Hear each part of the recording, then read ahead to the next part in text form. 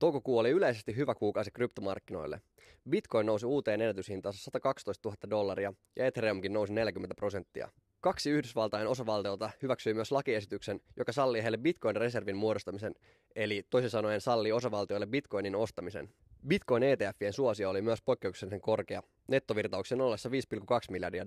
Myös kryptovaluuttatoimijat etenevät osakemarkkinoilla, kun Coinbase lisättiin S&P 500-indeksiin ja USDC-vakaavaluutan taustayhtiö Circle ilmoittautui listautumisestaan tai tulevasta listautumisestaan New Yorkin pörssiin. Lukuisat yritykset ilmoittivat sijoittaneensa Bitcoiniin. Muun muassa GameStop, Strategy, Paris Saint-Germain, jalkapalloseura ja myös muun muassa Nordcrypton emoyhtiö Greenmerc ilmoittivat sijoittaneensa Bitcoiniin. Hakkerointiuutisista mainittakoon, että Coinbasen asiakastietoja varastettiin heidän ulkomaille sijoitetun asiakaspalvelunsa työntekijöiden kautta.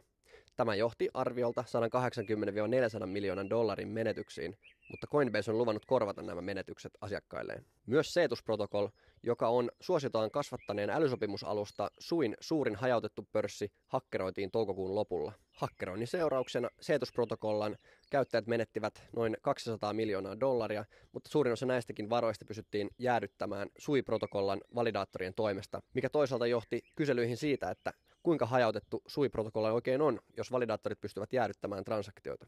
Ja viimeisenä nostona Ethereum sai merkittävimmän päivityksensä sitten vuoden 2022, eli Pectra-päivityksen 8. toukokuuta. Se luo edellytykset lohkoketjun käyttäjäkokemuksen parantamiseen muuttamalla lompakkojen toimintalogiikkaa. Steikkauksen maksimimäärä nousee 2048 eetteriin vanhasta 32, ja myös Layer 2 skaalautumisratkaisujen transaktiokulut pienenevät.